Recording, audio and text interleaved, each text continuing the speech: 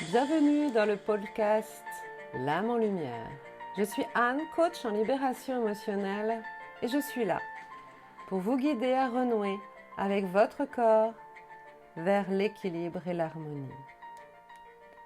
Aujourd'hui, je reviens vers vous pour vous parler de la séparation des flammes jumelles. Je ne détiens aucune vérité, juste mon expérience, ma médiumnité et les récits des gens que je reçois en soins énergétiques. La séparation est un palier capital. C'est une phase cruciale pour le chaser et le runner. Ce couple qui ne rentre dans aucune union classique. D'ailleurs, à cette étape de la relation, nous parlons plus de chaser ni de runner. Ça switch régulièrement. Cette séparation leur permet de travailler à leur unicité, à leur complétude réciproque. Ils doivent vivre leurs épreuves seuls. Seul ne veut pas dire qu'ils ne sont pas accompagnés d'une tierce personne. Durant cette séparation, ils peuvent vivre plusieurs étapes de leur lien si fort comme la nuit noire de l'âme, finir leur compensation, l'accomplissement de l'âme, les switches, l'après-réunion. Évidemment, ça dépend de l'évolution de chacun. Actuellement, les étapes peuvent se mélanger, surtout les dernières étapes. L'âme éveillée peut avoir fait sa nuit noire de l'âme avant la rupture et peut en refaire une autre. Ça dépend des structures de son passé. Les flammes jumelles peuvent faire plusieurs nuits noires de l'âme. Cette séparation permet aux deux de finir de consolider leur âme. Petit rappel, l'âme d'un couple de flammes jumelles naît à la source. Il n'y a qu'une âme. À leur naissance, ils sont scindés en deux, donc deux demi-âmes, qui redescendent dans deux corps distincts.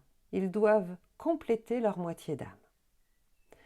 Pour le runner, qui est yin, donc polarité féminine, il doit compléter son yang, qui est la polarité masculine. Pour le chaser, qui est yang, donc polarité masculine, il doit compléter son yin, qui est la polarité féminine. Petit rappel également, le runner peut être une femme ou un homme, et vice-versa pour le chaser. Durant cette séparation, ils doivent cravacher pour atteindre leur unicité.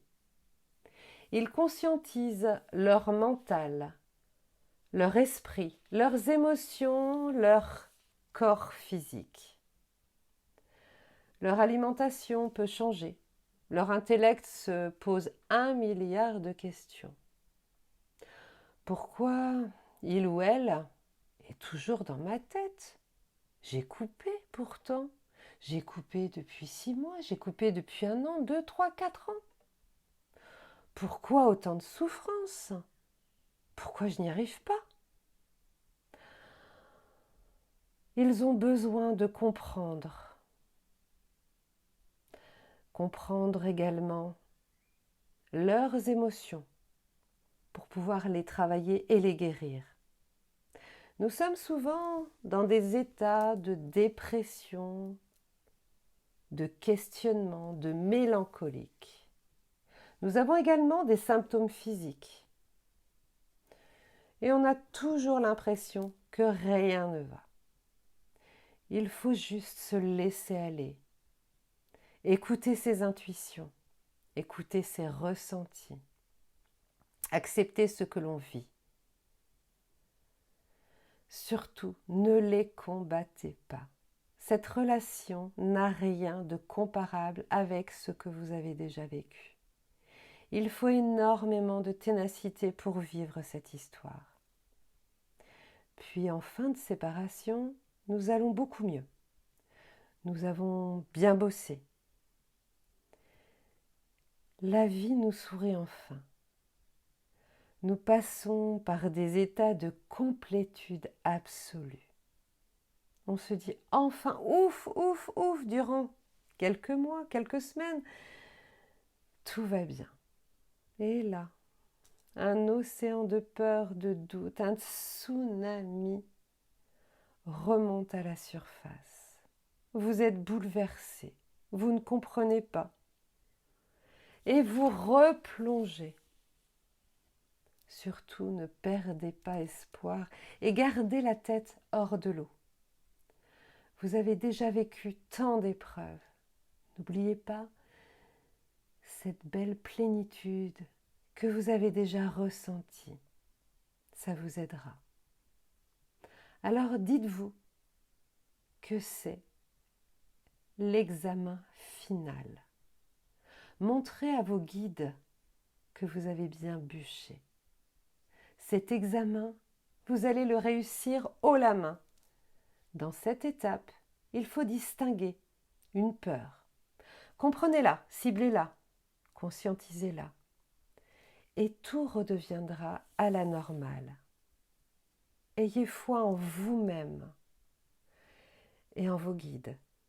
Demandez de l'aide à un ou une thérapeute et surtout à vos guides. Ils sont là pour vous aider.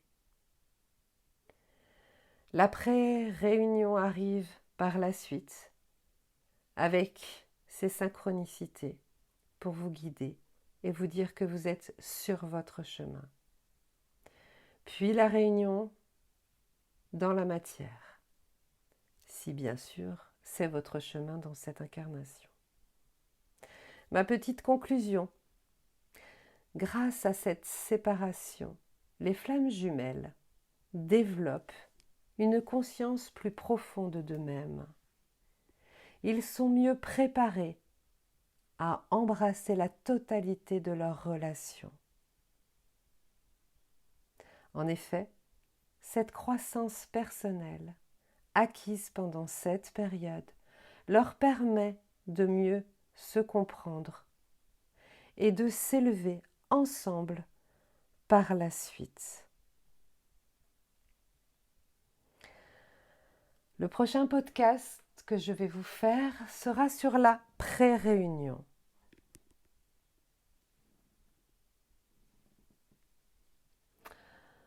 Ce podcast touche à sa fin.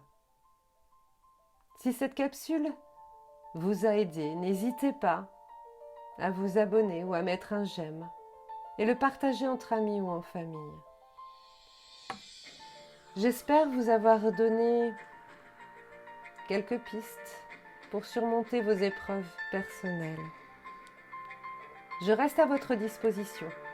Vous pouvez me joindre via mon site internet qui se trouve en description de ce podcast. On se retrouve très vite pour un nouvel épisode. En attendant, prenez soin de vous. À très bientôt.